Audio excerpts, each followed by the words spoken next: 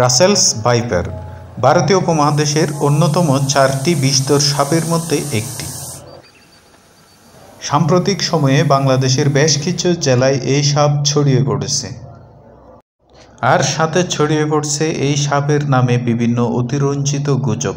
তো আজকে আমরা জেনে নিব এই সাপের আসল কাহিনী, এই সাপ কিভাবে ছড়িয়ে পড়ল সে বিষয়ে। প্যাট্রিক রাসেল 1796 সালে তার an account of Indian serpents বইয়ে এই সাপ সম্পর্কে লিখেছিলেন, যে কারণে এই সাপটি তার নামানুসারে রাসেলস ভাইপার নামে পরিচিত। রাসেলস ভাইপারের দেহ মোটাসোটা এবং লেজ সরু ও ছোট। প্রাপ্তবয়স্ক সাপের দেহ সাধারণত 1 মিটার এবং সর্বোচ্চ 1.18 মিটার পর্যন্ত চিহ্নিত করা হয়েছে। এই সাপের মাথা চ্যাপ্টা, ত্রিভুজাকার এবং গাঢ় থেকে আলাদা, থুতনি গোলাকার, বোঁতা এবং উত্থিত। এই সাপ সাধারণত ঝোপ, জঙ্গল ও ফসলের ক্ষেতে বসবাস করে এবং নিম্নাঞ্চলে বসবাস করে। এটি স্থলভাগের সাপ হলেও জলে খুব দ্রুত চলতে পারে।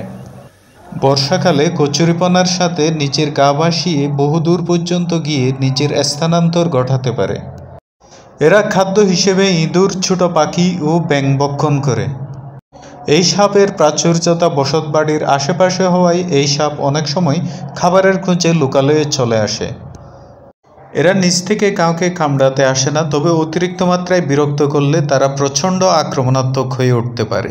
প্রতি বছর সাপের কামড়ে যে পরিমাণ মানুষ মারা যায় তার উল্লেখযোগ্য একটা অংশ এই রাসেলস ভাইপারের কামড়েই মারা যায়। এরা মানুষকে তেড়ে এসে কামড়ায়, এটা একটা গুজব মাত্র। এরা মূলত এক জায়গায় বসে থাকে শিকারের আশায়। মানুষ বা বড় কোনো প্রাণী এদের সামনে আসলে এরা হিস হিস করে শব্দ করতে থাকে। তারপরেও যদি বেশি বিরক্ত করে সেক্ষেত্রে দ্রুত গতিতে ছোবল মারতে পারে। অন্য সাপ কামড় দিয়ে খুব দ্রুত সেখান থেকে চলে যায়, কিন্তু এই সাপ কামড় দিয়ে অনেকক্ষণ ধরে রাখতে পারে। এই সাপও অন্যান্য সাপের মতো মানুষকে এড়িয়ে চলে, কিন্তু লোকালয়ে প্রবেশ করায় এই সাপের সাথে প্রতিনিয়ত মানুষের সাথে সংঘাত বেড়েই চলছে। দ্রুত আক্রমণ এবং এর বিষাক্ততার কারণে এই সাপ কিলিং মেশিন হিসেবেও পরিচিত। তবে এই সাপ সম্পর্কে নানা অতিরঞ্জিত গুজবও ছড়িয়ে পড়ছে। এই সাপ সাধারণত 20 থেকে 40টা বাচ্চা দেয়, তবে কোনো কোনো সাপ 40টা থেকে 80টা পর্যন্ত বাচ্চা দেওয়ার রেকর্ডও আছে। বাংলাদেশ, ভারত এবং শ্রীলঙ্কা প্রভৃতি দেশে বিষধর সাপের বিষ প্রতিরোধ করার জন্য যে পলিভ্যালেন্ট অ্যান্টিভেনম প্রয়োগ করা হয়, সেই অ্যান্টিভেনমের মাধ্যমে রাসেলস ভাইপারের বিষও প্রতিরোধ করা সম্ভব। তো ভিউয়ার্স, আমি বিশ্বাস করি যে এই ভিডিওর মাধ্যমে আপনারা অনেক তথ্য পেয়েছেন রাসেলস ভাইপার সম্পর্কে।